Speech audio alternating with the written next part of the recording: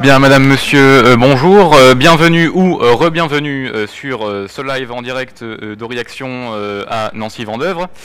Nous nous retrouvons cet après-midi pour une émission autour du thème des classes préparatoires aux grandes écoles. Je propose de commencer par un tour de table avec les différents invités présents sur ce plateau. Donc nous vous écoutons.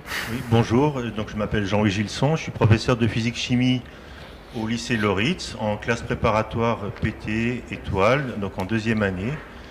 Et voilà, donc c'est la première présentation. Oui, bonjour, Laure Morel, je suis le directeur de l'ENSG ici, École en génie des systèmes et de l'innovation de l'Université de Lorraine. Bonjour, David Toupens, directeur de la prépa des INP de Nancy. Bonjour, Eric Lenfried, je suis enseignant en sciences physiques à Polytech Nancy. Bonjour à tous, Jean-Noël Palaise, proviseur au lycée Faber à Metz, qui compte des classes préparatoires qu'on développera tout à l'heure. Valérie Wittstoum, je suis directrice des études de l'École européenne d'ingénieurs en génie des matériaux, l'EIGM, de l'Université de Lorraine. Et Julien Zolinger, directeur du recrutement de l'EIGM à l'Université de Lorraine. Très bien, merci beaucoup déjà pour votre présence sur ce direct. Alors, tout d'abord, monsieur Gilson, je ne m'écorche pas. Gilson, pardon, j'ai totalement écorché.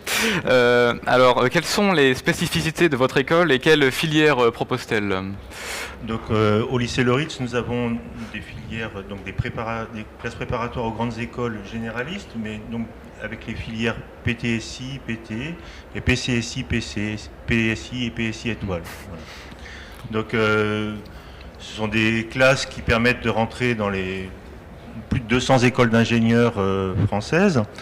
Et donc, les spécificités, ce qu'on y rentre après un bac général, avec les spécialités mathématiques, sciences de l'ingénieur ou bien physique-chimie ou NSI, mais avec la spécialité mathématique.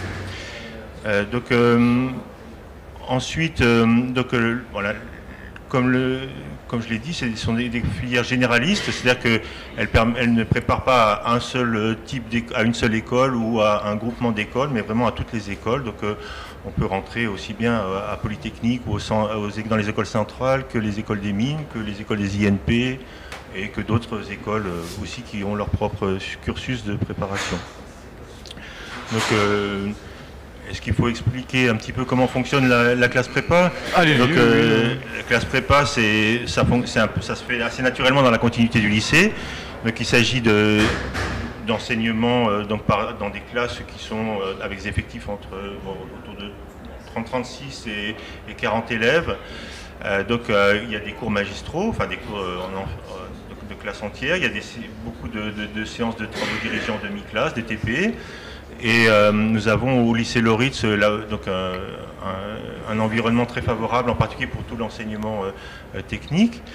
Donc, nous pouvons les classes prépa sont organisées autour des cours, des TD, des TP, et puis aussi d'écoles, donc les systèmes d'école qui sont les préparations aux épreuves d'oral du concours.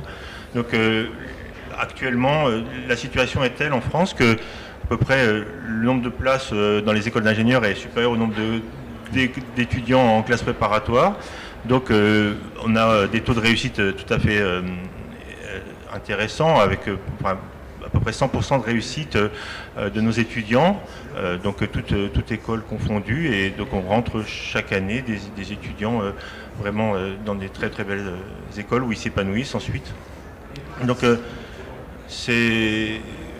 voilà peut-être ce qu'on peut dire en premier, rapidement. Donc il n'est pas nécessaire pour faire une classe préparatoire généraliste de savoir nécessairement exactement ce qu'on veut faire par la suite comme école d'ingénieur, parce qu'on a encore le temps d'y réfléchir pendant les 2 ans. Et aussi il n'est pas nécessaire d'être dans les tout meilleurs de sa classe de terminale, parce qu'on recrute jusqu'à des moyennes, enfin autour de 13, 14. Et un élève qui est motivé, qui est sérieux, qui aime les sciences, qui est curieux, qui a envie de devenir ingénieur, a toute sa place chez nous et peut vraiment trouver un projet d'études très, très valorisant. Voilà. Merci beaucoup, Monsieur Gilson. Madame Morel, même question. Pourriez-vous nous présenter les spécificités de votre établissement et les différentes filières que vous recouvrez? Oui, moi je suis directeur de l'ENSGSI, École nationale supérieure en génie des systèmes et de l'innovation. Et une spécificité de l'école que je voulais regarder, c'est qu'elle fait partie des grandes écoles, la conférence des écoles d'ingénieurs et aussi la conférence des grandes écoles, la CGE. Ce qui était intéressant, c'est qu'une spécificité de mon école, c'est vraiment de former des ingénieurs managers en innovation, et c'est vraiment ce qui fait sa différence. Là où je voulais insister aussi, c'est que nous sommes une école publique qui a fêté ses 30 ans cette année, et avec un cœur de compétences autour du génie des systèmes industriels et du pilotage de l'innovation, mais avec aussi un apport très important sur la partie relations humaines et managériales, tout ce qu'on appelle les soft skills. Et le recrutement au niveau de l'école, c'est aussi une des spécificités. Nous recrutons en fait sur plusieurs voies de concours.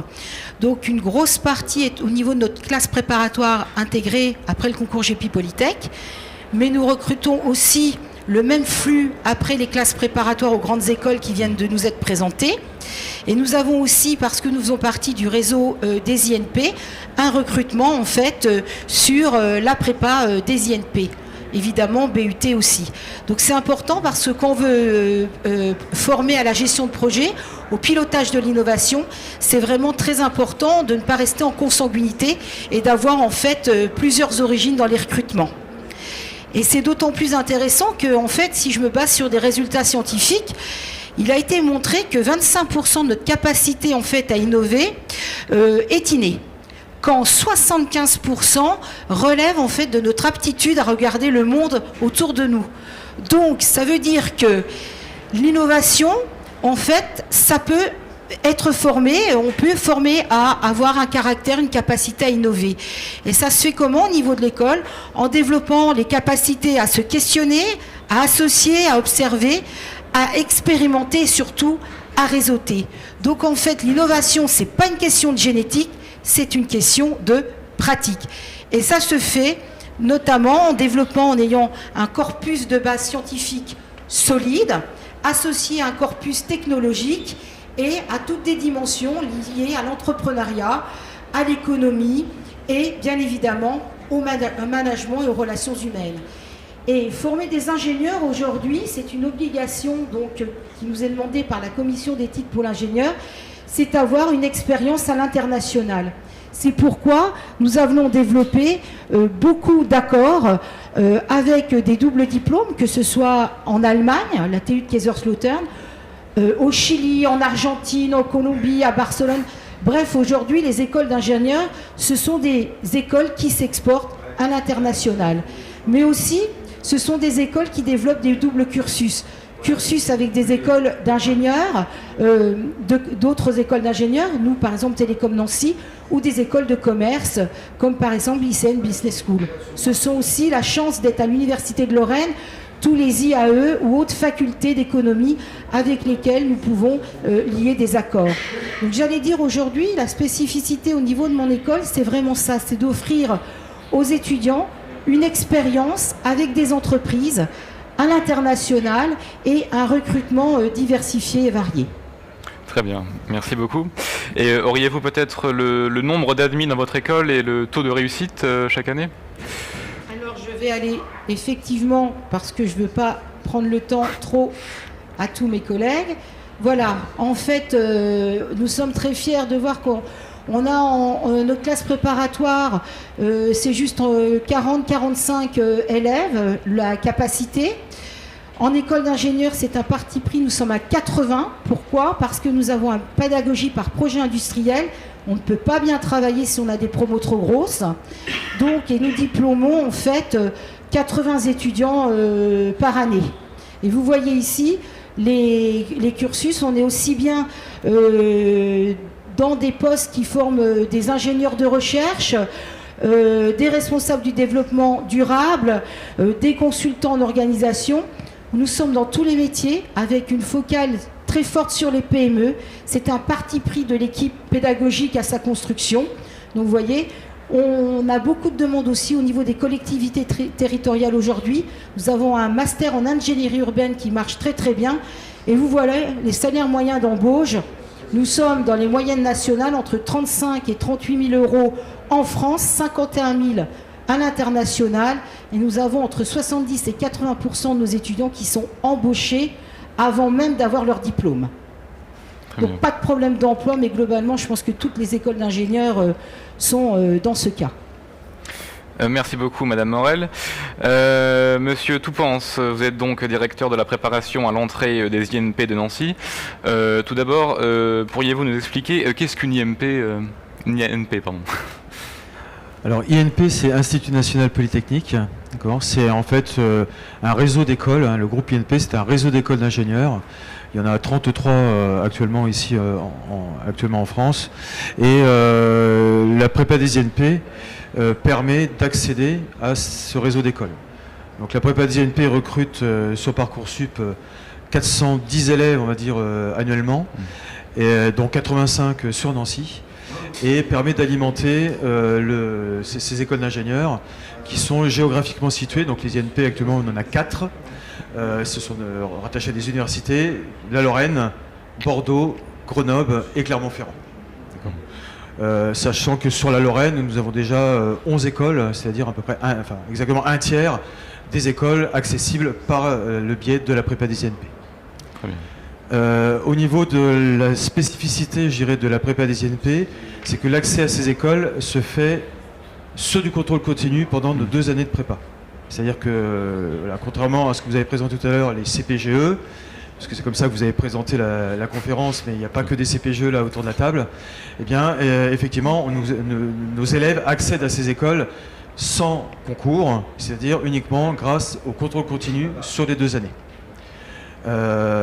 Par exemple, l'ENGSI, ici présent, le IGM ou Polytech, sont tout à fait accessibles par notre biais, mais c'est le cas aussi de beaucoup d'autres écoles, et en particulier toutes les écoles de Lorraine. Il y en a 11, comme je vous le disais.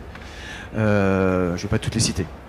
Donc le contrôle continu sur 2 ans permet effectivement l'accès aux écoles.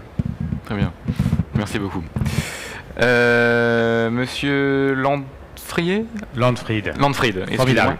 Alors vous êtes donc responsable pédagogique au concours GEPI Polytech. Pourriez-vous nous expliquer en quoi consiste ce concours ? Alors le concours GEPI Polytech, c'est un concours d'accès directement post-bac à 35 écoles d'ingénieurs publics en France. D'accord.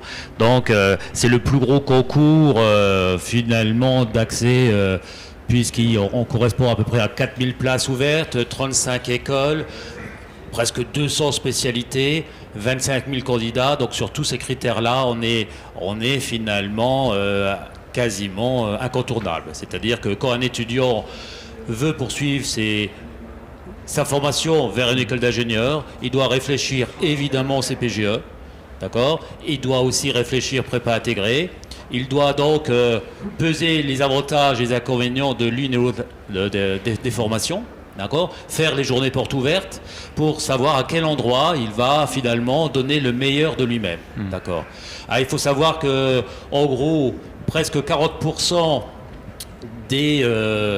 des étudiants qui vont au cycle ingénieur viennent des prépas intégrés, un peu plus de 40% viennent des CPGE, et les compléments viennent de licence 2, licence 3, master, BUT, de diplômes étrangers pour certaines écoles de BTS. D'accord. Donc vous voyez bien à peu près les flux sont presque équilibrés entre les classes préparatoires intégrées et les CPGE.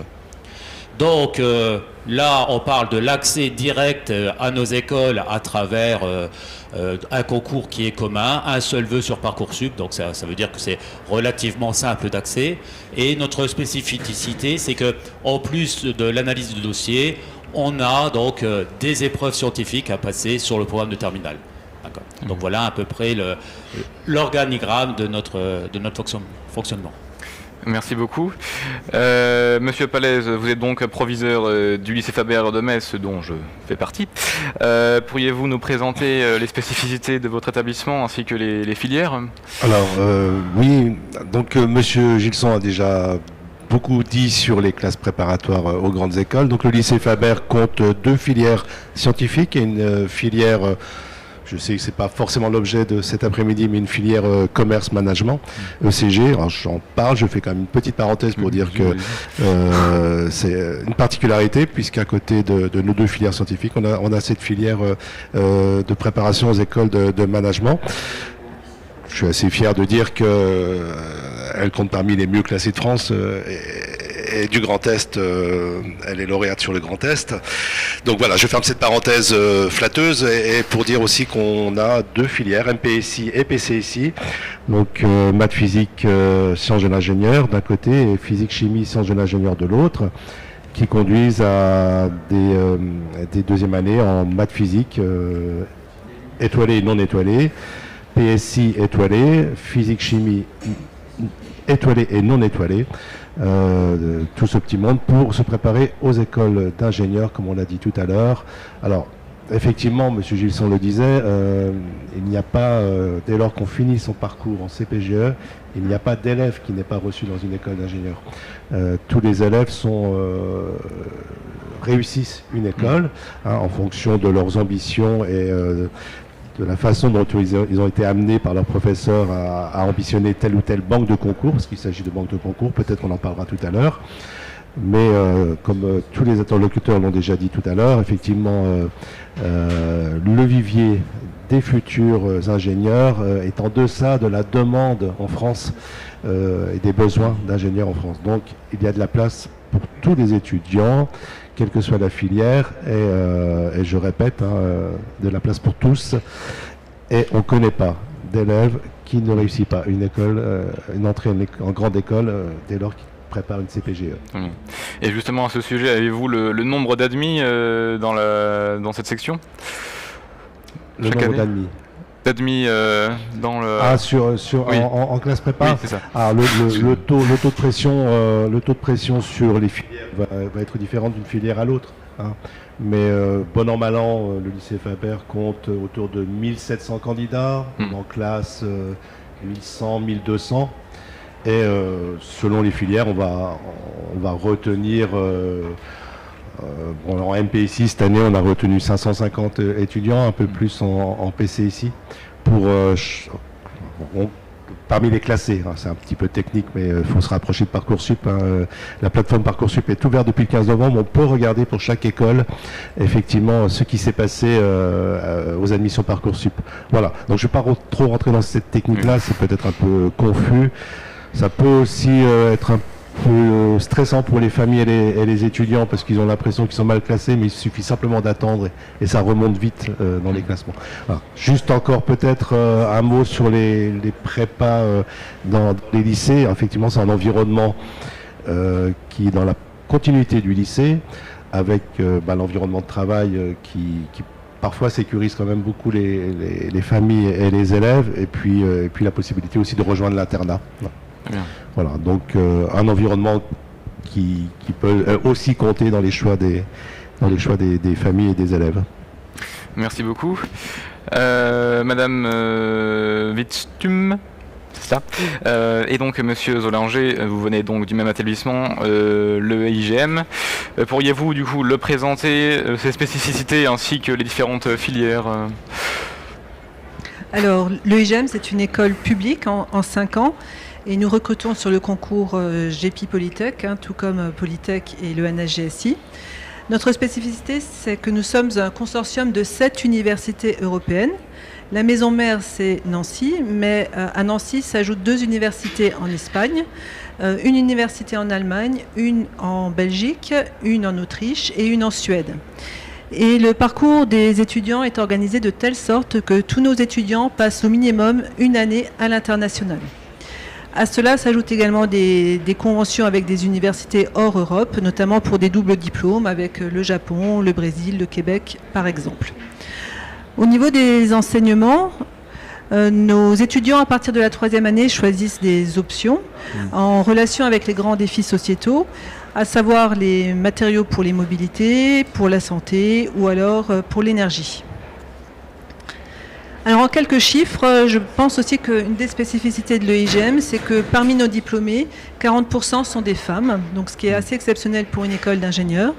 Et à partir de la 3e année, comme nous sommes un consortium, les étudiants du consortium rejoignent Nancy et nous avons un tiers à peu près d'étudiants dans les promotions qui viennent de l'international. Donc c'est vraiment une ambiance très particulière et très enrichissante pour nos étudiants. Tous nos étudiants étudient 3 langues vivantes, à savoir l'anglais, l'allemand et l'espagnol, dans des petits groupes adaptés, des petits groupes de niveau. Bien que les étudiants généralement rentrent en première année seulement en ayant étudié l'anglais et soit l'allemand, soit l'espagnol. Ils démarrent une 3e langue chez nous. Alors les matériaux, eh bien, c'est la matière qui compose tous les objets qui nous entourent, à savoir tout ce qui est métaux, alliages, polymères, plastiques, verre et vitrocéramique. Et si on associe 2 matériaux, c'est les composites. Et nos ingénieurs travaillent sur toutes les étapes du cycle de vie des matériaux, dès leur conception et de plus en plus l'éco-conception, mais également en production. Ils travaillent sur les propriétés et ce qui est très important, tout ce qui est fin de vie, recyclage.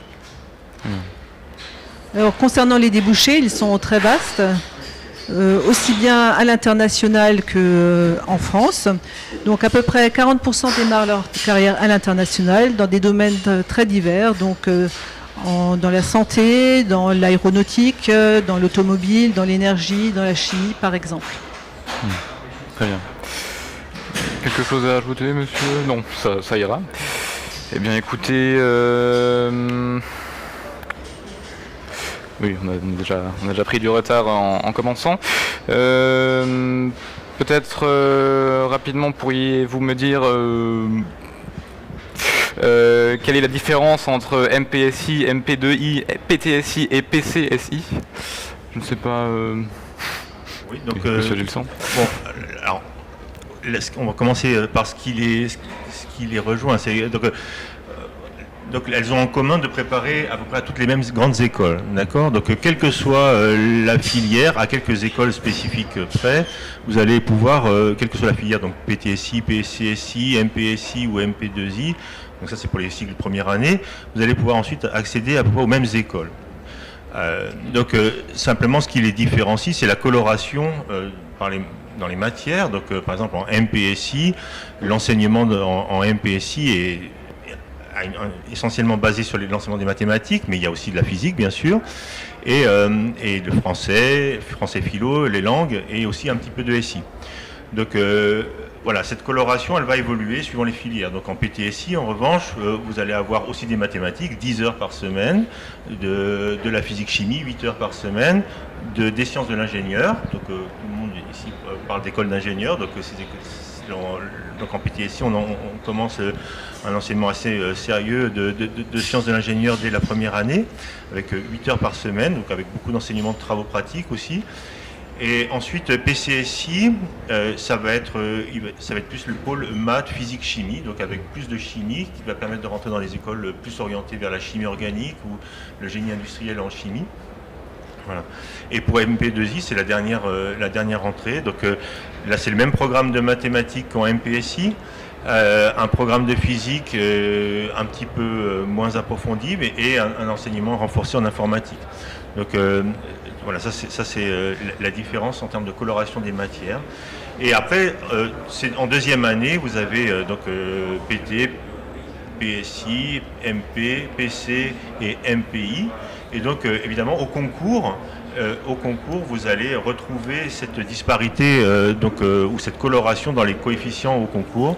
Parce que, par exemple, en MP, le poids des maths et de la physique va être considérable, va être complètement très, très majoritaire par rapport aux sciences de l'ingénieur. Alors que, par exemple, en PT, les 3 coefficients sont complètement équivalents, maths, physique et sciences de l'ingénieur. En PSI, c'est aussi assez proche. Et en PC, ça sera plus maths, physique, chimie. Voilà. Donc c'est un petit peu ça. Voilà. Après, on pourrait parler des taux de pression au niveau des écoles. Voilà. Donc peut-être juste pour rebondir sur ce qu'a dit Monsieur le proviseur du lycée Faber, en parlant de l'excellence de la filière ECG au lycée Faber, on peut dire que au lycée Loritz, on a en filière PT SI PT étoile, on a la meilleure, meilleure classe du Grand Est et même dans le top 10 national. Donc ça c'est notre fierté aussi puisque c'est aussi une spécificité et il y a aussi évidemment un internat. Voilà, pour ajouter Monsieur Gilson, merci d'avoir présenté l'ensemble des filières scientifiques. Monsieur Gilson, juste, on comprend effectivement que pour rejoindre ces CPGE scientifiques, les attendus en terminale, évidemment, il faut que le parcours avec les fameuses triplettes plus doublettes de spécialité ait une coloration scientifique. Mathématiques est attendu, maths experte est bienvenue. Après, sur les autres spécialités, bon, selon les filières, la composition peut varier, physique ou SI ou NSI, etc. Mais effectivement, on parle bien d'un parcours lycéen à coloration scientifique. Sachant quand même, pour aussi détricoter des fantasmes, Parcoursup, dans les classes prépa, il n'y a pas d'algorithme. C'est ce qui parfois circule dans les médias, mal informé. Chaque dossier est étudié.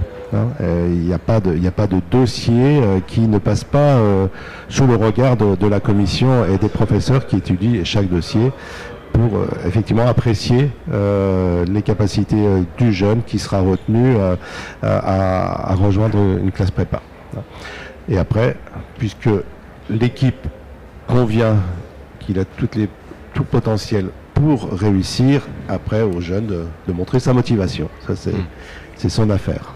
Même si on l'accompagnera pour soutenir cette motivation tout au long du parcours. Merci beaucoup. Et enfin, pour finir, est-ce que vous auriez des conseils à donner aux élèves qui, bien évidemment, après ce direct, se sont dit, bien sûr, je vais aller en grande école. Auriez-vous des conseils pour qu'ils puissent réussir dans leur parcours, Merci. dans leur choix?